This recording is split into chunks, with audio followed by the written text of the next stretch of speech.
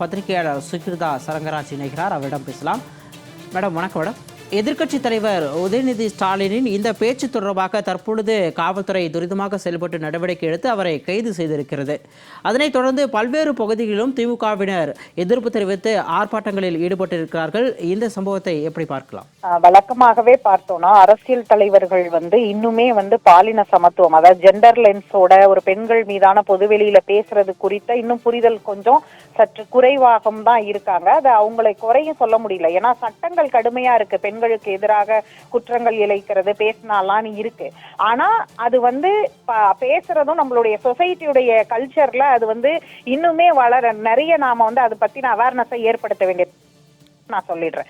இரண்டாவதா சொல்லணும் அப்படின்னு பாத்தீங்கன்னா, சம்பந்தப்பட்ட இந்த விவகாரத்துல அவர் மீது நடவடிக்கை எடுத்து உடனடியா கைது செய்யக்கூடிய அளவிலான எதுவும் இல்லை. அதாவது நீங்க பாலின சமத்துவா பேசணும்னா இது மாதிரி பேசின அத்தனை பேர் மேலேயும் அரெஸ்ட் பண்ணணும். இது பொலிட்டிக்கல் அரெஸ்ட் தான் இப்ப நடந்திருக்கிறது. ஷோரா இது ஒரு பொலிட்டிக்கல் ஸ்டண்டுக்கான ஒரு அரெஸ்ட்.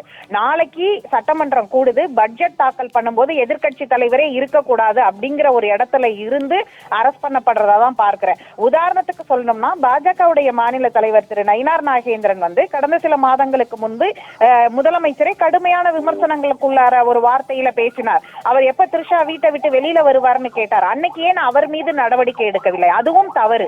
இவர் இன்றைக்கு பேசியிருக்கிறது தவறு என்னும் பொழுது அதுவும் தவறு. இப்படி ஒவ்வொருவர் பேசியதையும் நாம சுட்டி காண்பித்து பேசினால் தினம் தினம் பொலிட்டிக்கல் அரெஸ்ட் மட்டும்தான் இங்க நடக்கும். அப்ப இதற்கு தீர்வு அப்படின்னு நோக்கி போகும் பொழுது நீங்க பார்ஷியலா அரெஸ்ட் பண்றீங்க, உங்களுக்கு தேவையான நேரத்துல தேவையான வார்த்தைகளை பயன்படுத்தி நீங்க அரெஸ்ட் பண்றீங்க அப்படின்னு. இன்னும் சொல்ல போனா தாவேகா கட்சியில இருக்கக்கூடிய பெண்கள் எப்படி பேசுகிறார்கள், அவங்க ஒய்ஃபோட டிவோர்ஸ் கேஸ் அப்ப எப்படியெல்லாம் கீழ்த்தரமா பேசினாங்க, அப்பயே திரு உதயநிதி அன்றைக்கு துணை முதலமைச்சரா என்ன பேசினாரு, ஏன் அப்ப நடவடிக்கை எடுக்கல, ஏன் அப்ப கம்ப்ளைண்ட் கொடுக்கல, இப்படி பல கேள்விகள் இருக்கு. உங்களோட டைம் லைன் ரொம்ப முக்கியம். நீங்க எப்ப எதற்கு அரச கையில ஆயுதமா எடுக்கிறீங்க அப்படிங்கிறது.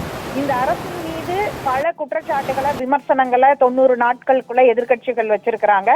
இப்ப பாத்தீங்கன்னா விவசாயிகள் பிரச்சனை, காவிரி பிரச்சனை, நீட் போராட்டத்துல மௌனம் காத்தது, மாணவர்களை கைது செய்தது, இப்படி பல பிரச்சனைகள், பத்திரிகையாளர்கள் மீது கடுமையான கண்டனங்கள், பத்திரிகையாளர்களுக்கு விசாரணைக்கு நெருக்கடிக்கு உள்ளாக்குனதுல தொடங்கி பல விமர்சனங்கள் வைக்கப்பட்டிருக்கிறது. அந்த கட்சியில இருக்கக்கூடிய அமைச்சர்கள் மேலேயே பல ஆடியோக்கள் வெளியே அவர்கள் மீதான விமர்சனத்துக்கும் உள்ளாக்கப்பட்டிருக்கிறார்கள். கிட்டத்தட்ட ஒரு 4 அமைச்சர்கள் மேல கடுமையான விமர்சனங்கள்லாம் வந்திருக்கு.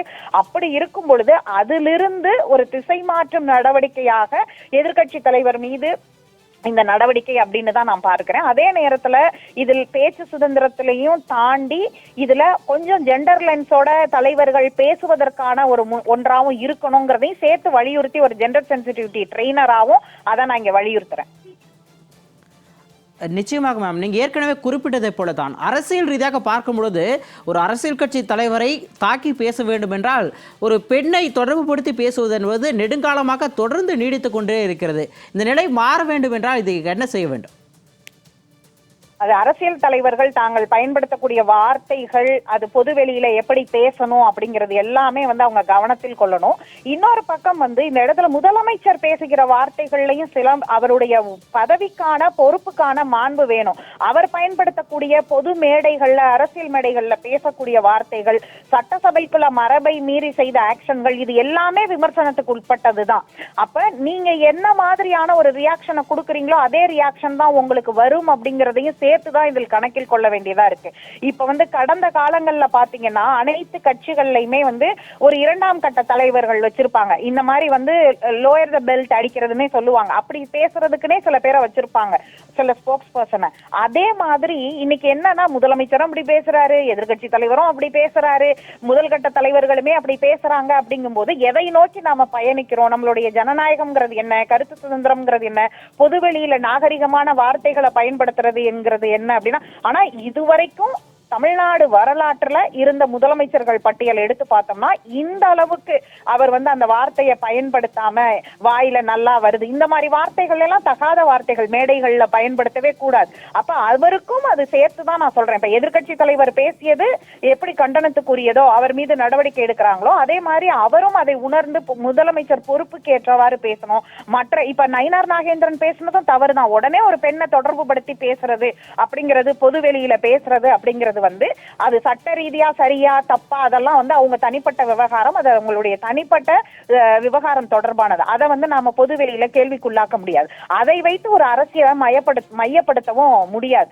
தொண்டர்கள் ப்ரோவோக் பண்ணா தலைவர்கள் மேடையில நின்று இப்படி உணர்ச்சி வசப்பட்டு பேசுறதுங்கிறது வந்து அது வந்து இயற்கையா அப்படிதான் வரும். ஒரு எமோஷனல் டிராப்ல போய் தலைவர்கள் விழுவாங்க.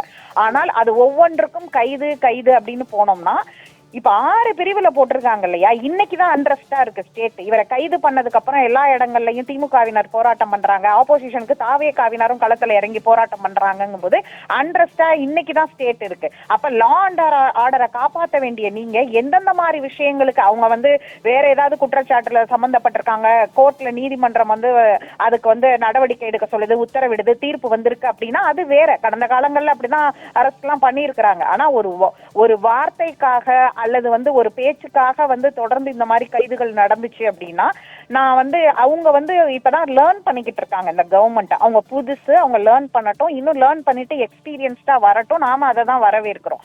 அப்படி லேர்ன் பண்ணிட்டு எக்ஸ்பீரியன்ஸ்டா வர்றவங்களுக்கு இந்த டைம் பிரீத்ல எதிர்கட்சிகள் எக்ஸ்பீரியன்ஸா இருக்கிறவங்க பண்ற விஷயங்கள்லாம் அவங்கள டிஸ்டர்ப் பண்ணிடக்கூடாது, அவங்கள வந்து அன்ஃபிட்னோ அல்லது வந்து அவங்க பெர்ஃபார்மன்ஸ் சரியில்லைனோ அல்லது அவங்களுக்கு வந்து அவங்களோட இன்எக்ஸ்பீரியன்ஸை சுட்டி காமிச்சிடக்கூடாதுங்கிறதுக்காக டெய்லி வந்து இந்த போல்ட் அட்டெம்ப்ட் நடவடிக்கைகள் மாதிரி இந்த மாதிரி விஷயங்களை அவங்க பண்றாங்க. ஒரு இதுக்கு முன்னாடி வந்து ஒரு சட்டமன்ற உறுப்பினர், அவர் நேத்து தான் ஜாமீன் கொடுத்தது நீதிமன்றம், சட்டசபையில கலந்துக்கிறதுக்காக. இன்னைக்கு அசம்பிளி ஆரம்பிக்குது நாளைக்கு அப்படின்றதுனால இப்ப பட்ஜெட் நாளைக்கு அறிவிக்கும் போது அது தொடர்பான விமர்சனங்கள், அது தொடர்பான எதிர்பார்ப்புகளை தானே நீங்களும் நானும் ஒரு பத்திரிகையாளரா இன்னைக்கு பேசியிருக்கணும். ஆனா எதை பத்தி பேசிட்டு இருக்கோம் பாருங்க, தகாத வார்த்தையை பயன்படுத்தியதற்காக ஆளும் கட்சி எதிர்கட்சி மீதான ஒரு அதிரடி நடவடிக்கை, இதை பத்தி பேசிட்டு இருக்கோம். அப்ப நாம என்ன பேசணும்னு தீர்மானிக்கிறாங்க அவங்க. இன்னைக்கு நம்ம பட்ஜெட் எதிர்பார்ப்புகள் என்ன? தமிழ்நாடு நேற்றைக்கு பெரிய அளவுல பேசு பொருளாகி இருக்க வேண்டியது பிசினஸ் ஸ்டாண்டர்ட்ல வந்த முக்கியமான கட்டுரை. கடந்த நிதி காலாண்டுல இந்த 3 மாதத்துல நம்மளுடைய இந்த 5 மாநில தேர்தல் முடிஞ்சதுக்கு அப்புறம் எல்லா மாநிலமுமே ஹைக்ல போயிருக்கு இன்வெஸ்டர்ஸ்ல, அது முதலீடுகளை ஈர்த்ததுல. அதுல -77% இருக்கிறது தமிழ்நாடு. தமிழ்நாடு 3 மாதங்கள்ல ஏற்கனவே இருந்த பெர்ஃபார்மன்ஸ் பிளேஸ்ல இருந்து இறங்கி 6th பிளேஸ்க்கு வந்தது மட்டும் இல்லாம மைனஸ்ல இருக்கு. ஈவன் வெஸ்ட் பெங்கால் சுவண்டி அதிகாரி எல்லாம் வந்ததுக்கு அப்புறம் டபுள் ஆயிருக்கு அங்கெல்லாம். சோ அதுக்கு வேற காரணங்கள் இருக்கு. இப்படி பிசினஸ் ஸ்டாண்டர்ட்ல வந்திருக்கக்கூடிய இன்வெஸ்டர்ஸ் ஏன் தமிழ்நாட்டை விட்டு போறாங்க, ஏன் ராயல் என்ஃபீல்டு போனாங்க அப்படிங்கிற விஷயத்தை நேற்று விவாதிக்கிறதுக்குள்ள ஒரு ரெனோ ஒரு தனியார் தொழிற்சாலையில போய் நேற்றுக்கு ஆய்வு பண்றாரு முதலமைச்சர்.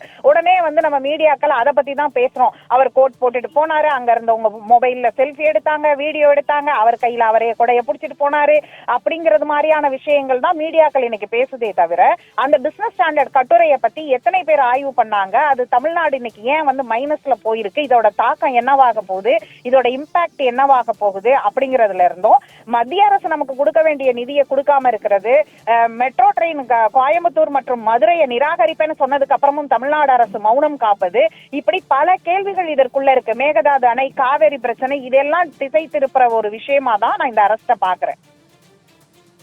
நிச்சயமாக மேம், இது குறித்து கைதாகிறதுக்கு முன்னாடி உதயநிதி ஸ்டாலின் அவர்கள் செய்தியாளர்கள் சந்திக்கும் பொழுதும் இதே கருத்தை தான் குறிப்பிட்டார். என் மீதான இந்த கைது நடவடிக்கை அப்படிங்கிறது விவசாயிகள் பிரச்சனையை திசை திருப்பக்கூடிய ஒரு செயல் அப்படிங்கிற பார்க்குற மாதிரி சொல்லியிருந்தாரு. ஏற்கனவே பார்த்தோன்னா முதல்ல 6 பிரிவுகளின் கீழே வழக்கு பதிவு செய்யப்பட்ட நிலையில் அது 9 பிரிவுகளாக அதிகரிக்கப்பட்டிருக்கு. மேலும் பிரிவுகளின் எண்ணிக்கை அதிகரிக்கும்னு சொல்லப்படுது. நாளைக்கு பட்ஜெட் கூட்டத்தொடர் வந்து தொடங்க இருக்கக்கூடிய நிலையில் ஒரு எதிர்க்கட்சி தலைவர் இல்லாத நிலையில் இந்த பட்ஜெட் கூட்டத்தொடர் நடக்குது அப்படின்னா அது எந்த மாதிரியான விளைவுகளை ஏற்படுத்தும்? நீதிமன்றத்தில் பிற்பகல் 2:15 மணிக்கு இந்த அவசர வழக்கு விசாரணைக்கு வர இருக்கு. இது எதை நோக்கி போகிறதுக்கான வாய்ப்பு இருக்கு? நீதிமன்றத்துல இன்றைக்கு காலையில நமக்கு கிடைத்த செய்தினா 12 மணிக்கு மேல இந்த வழக்கை நாங்க எடுத்துக்கிறோம். நீதிபதி இளந்திரையன் என்ன சொல்லியிருந்தாருன்னா, அது வரைக்கும் அரெஸ்ட் பண்ண கூடாது அப்படின்னு சொல்லியிருந்தாரு. இப்ப விசாரணைக்கு அழைச்சிட்டு போறோம் தான், ஆனா அவங்க தஞ்சாவூர் நோக்கி அழைச்சிட்டு போறாங்க. ஏன்னா தஞ்சாவூர் பிரிமிசஸ்ல இது நடந்ததுங்கிறதுனால அந்த ஜூரிஸ்டிக்ஷனுக்காக அவரை அழைச்சிட்டு போறாங்க. அப்ப இன்னும் கோர்ட்ல அவங்க ஒரு வாய்மொழி உத்தரவா ஒண்ணு சொல்லி இருக்கிறாங்க. அந்த உத்தரவுக்கு ரெஸ்பாண்ட் பண்ணாம அரசு வேக வேகமா தஞ்சாவூருக்கு கூட்டிட்டு போக வேண்டிய அவசியம் என்ன?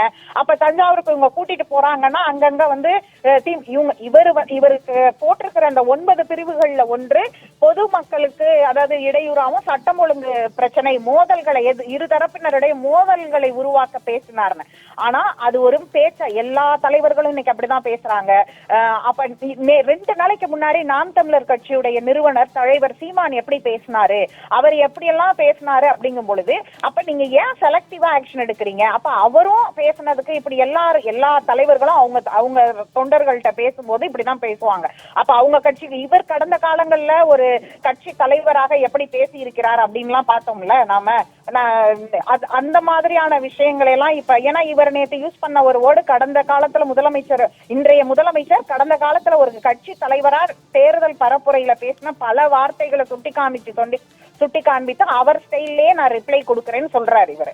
அப்ப அது ஒரு ஆக்ஷன் வர்சஸ் ரியாக்ஷனா தான் என்னைக்குமே பொலிட்டிக்கல் சினாரியோ இருக்கும். அப்படியான ஒரு பொலிட்டிக்கல் சினாரியோல டெய்லி நீங்க லீடர்ஸை கைது பண்றத மட்டுமே தான் நீங்க பண்ணிட்டு இருந்தீங்கன்னா மற்ற ஒர்க் எல்லாம் எப்ப நடக்கும் அப்படிங்கிறது ஒரு ரொம்ப முக்கியமான ஒரு கொஸ்டின். அது ஏன் செலக்டிவா பண்றீங்க, ஒரு சிலவரை மட்டும் பண்றீங்க அப்படிங்கிறதும் கேள்விக்குள்ளாக்கப்படும். இப்ப நாளைக்கு பட்ஜெட் தாக்கல் பண்ணாங்கன்னா அது பட்ஜெட் குறித்து பேச போறோம். அந்த பட்ஜெட் எவ்வளவு எஃபிஷியன்டா இருக்கு தமிழ்நாடு, அதனால என்ன எதிர்காலத்துல என்ன ஒரு புது கவர்மெண்ட் ஒரு சேஞ்ச் பாலிசியை மாத்தி ஒரு நல்ல பட்ஜெட் கொடுத்தாங்கன்னா வரவேற்க தான் போறோம். அதே நேரத்துல எதிர்கட்சியே இல்லாம ஒரு பட்ஜெட்டை நடத்தணும் அப்படின்னு நினைக்கிறது சில இடங்கள்ல ரொம்ப செலக்டிவா இதற்கு முன்பு இருந்த முதலமைச்சர்கள்லாம் யோசிச்சு தயங்கி செஞ்ச விஷயங்களை போல்ட் அட்டம்ப்ட்ல இவர் பண்றாரோ அப்படிங்கிற ஒரு எண்ணம் வருகிறது நமக்கு. நிச்சயமா மேம், தொலைபேசி வாயிலாக தங்களது கருத்துக்களை பதிவு செய்தமைக்கு மிக்க நன்றி.